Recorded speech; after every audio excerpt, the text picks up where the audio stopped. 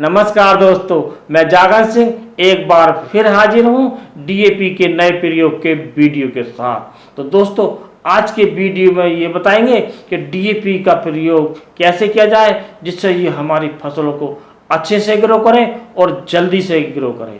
क्योंकि कुछ खेत ऐसे हैं जो लेट बोए गए हैं और वो अच्छे से ग्रो नहीं हुए हैं, क्योंकि कुछ खेत गेहूँ कटाई के बाद बो गए हैं और किसी किसी एरिया में तो बारिश हो गई थी गेहूँ कटाई के समय, तो वो और ज़्यादा लेट हो गए हैं और वो खेत ऐसे खड़े हैं वो कोई अच्छे से ग्रो नहीं कर रहे हैं।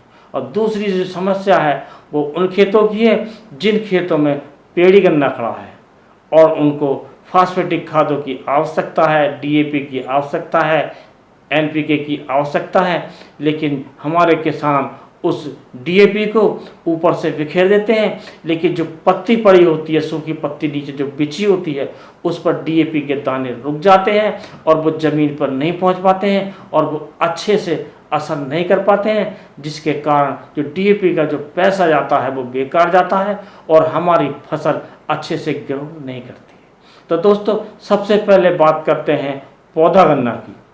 यदि आपके खेत में पौधे गन्ने में डीएपी डालने की आवश्यकता है तो वो कैसे डालें, वो जिससे वो इंजेक्शन की तरह काम करे, यानी कि वो जल्दी काम करे। इसके लिए दोस्तों आपको हम बताएंगे।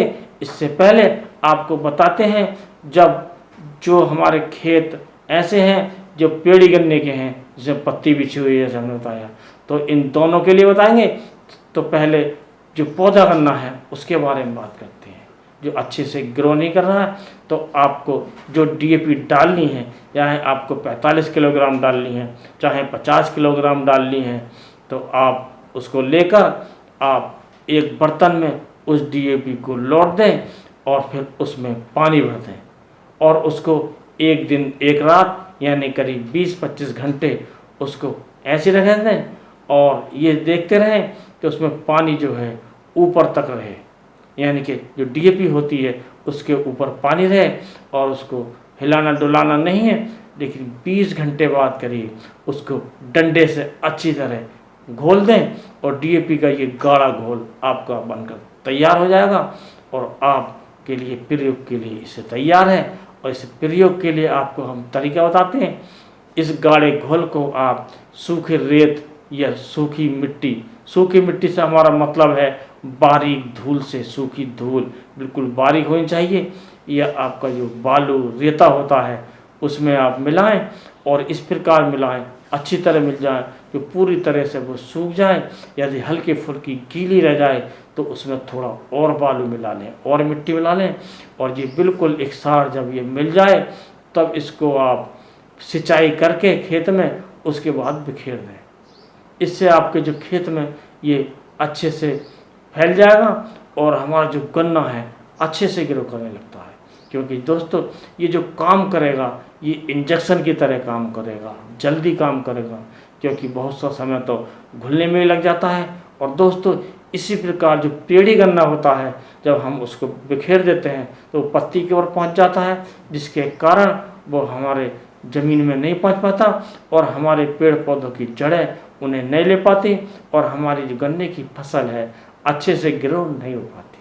तो दोस्तों, जैसे हमने पहले बताया उसी प्रकार आप घोल बना लीजिए और आप उस घोल को आप हिसाब लगा लें कि हमारे खेत में कितनी क्यारी हैं। उसी प्रकार इस घोल को बांट लें। यदि 5 क्यारी हैं तो आप 5 जगह बांट लें, 10 हैं 10 जगह बांट लें और उस घोल को एक जगह जहाँ हम पानी स्टार्ट होता है सिंचाई पर उस समय उसे डाल लें और थोड़ा थोड़ा करके एक गिलास से या लोटे से थोड़ा थोड़ा आप डालते रहें उस गाढ़े घोल को।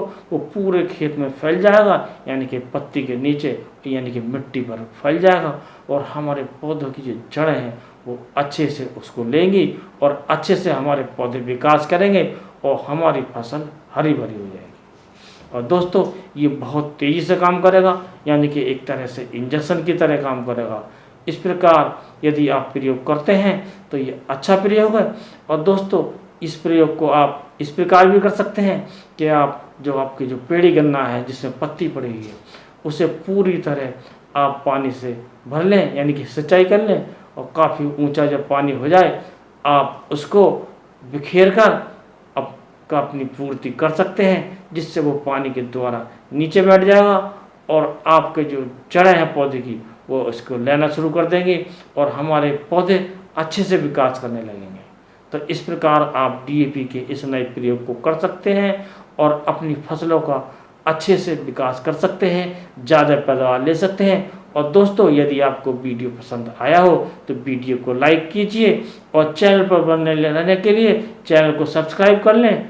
और दोस्तों, इसी के साथ इस वीडियो को यहीं समाप्त करते हैं। अगले वीडियो में कोई नया टॉपिक लेकर फिर मिलेंगे, तब तक के लिए दीजिए आज्ञा।